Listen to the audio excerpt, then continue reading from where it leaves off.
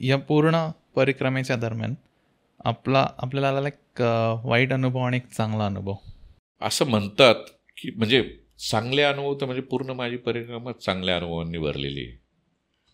म्हणजे वाईट अनुभव असा मनुष्य स्वभाव असतो, काही ठिकाणी होतात, घटना होतात.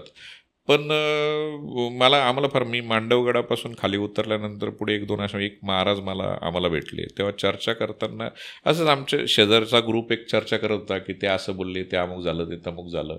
सुरुवातीला आम्ही पण करत होतो तशी ते चर्चा व्हायची, याने असं का केलं, त्याने तसं केलं, मग इथं तर भोजन येतं, मग तुम्ही रांगेतच बसलं पाहिजे, अमुकच गेलं पाहिजे, ते होतं.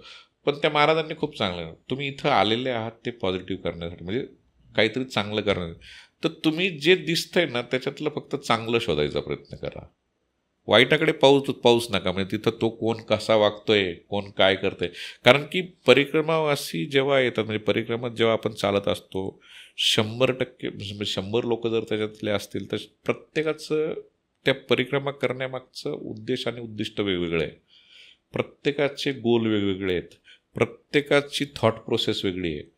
तुम्ही काय थॉट प्रोसेसने चाललाय, कारण की म्हणजे मी हे म्हणणं धाडसाचं असेल की कोणी कदाचित देवत्व म्हणजे मला देवाची आराधना करायची, कोणी कदाचित नवसासाठी येत असेल, कोणी कदाचित नाही बाबा आता मला काहीच नाही, कोणी कदाचित म्हणजे तिथं अशी लोक भेटले की म्हणजे आश्रमातल्या लोकांनी सांगितलं की ही लोक फक्त दिवस काढायसाठी येतात.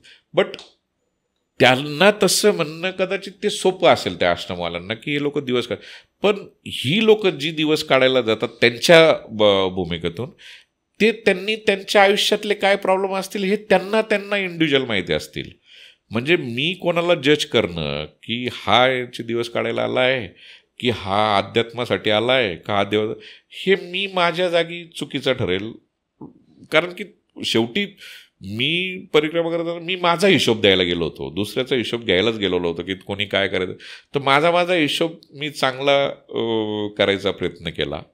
त्याच्यामुळे मी वाईट अनुभव फारसे काही आले. आता ठीक आहे, परिक्रमेमध्ये काही ठिकाणी तुम्हाला काय म्हणतात त्याला सॅनिटायझेशनच्या अडचणी येतात किंवा तुम्हाला झोपण्याच्या अडचणी येतात किंवा तुम्हाला, पण इट इज अ पार्ट. म्हणजे तुम्ही म्हणता तो प्रवासातला एक प्रोसेस. म्हणजे तुम्ही निघाले तेव्हाच ठरून निघालेत की हे मला सगळं होणार आहे, हा सगळा ठरून.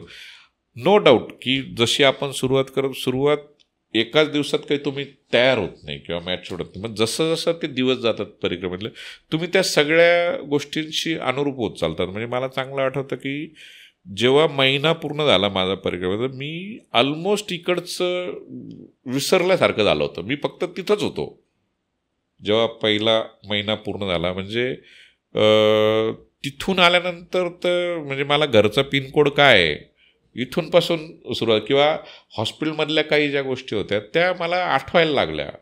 म्हणजे इतकं तुम्ही डिटॅच होऊन जाता, कारण की दुसरं काही कामच नाही. म्हणजे यू जस्ट थॉट की सकाळी उठायचं आहे, आवरायचं आहे, 3:30-4ला जाग यायची. नॅचरल कोर्समध्ये ते होतंच, कारण की तुम्ही एवढे दमलेले असता की 7-8 वाजता झोपले म्हणजे 3:30-4ला उठणं होतं. आणि तुम्ही एकदा चालायला लागले की दुसरं काहीच काम नाही ना. दिवसभर फक्त चालायचं आहे, नामस्मरण करायचं आहे, स्वतःच्या मनात जे खेळ चालू आहे त्यांना उत्तरं द्यायची आहेत.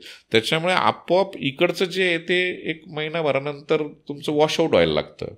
तर तशी ती प्रोसेस होते. चांगल्या अनुभव म्हणजे त्याच्यामुळे फार काही मी वाईट अनुभवांवर बोलणार नाही, कारण की माझी अशी इच्छा आहे, माझी परिक्रमा पूर्ण झाली.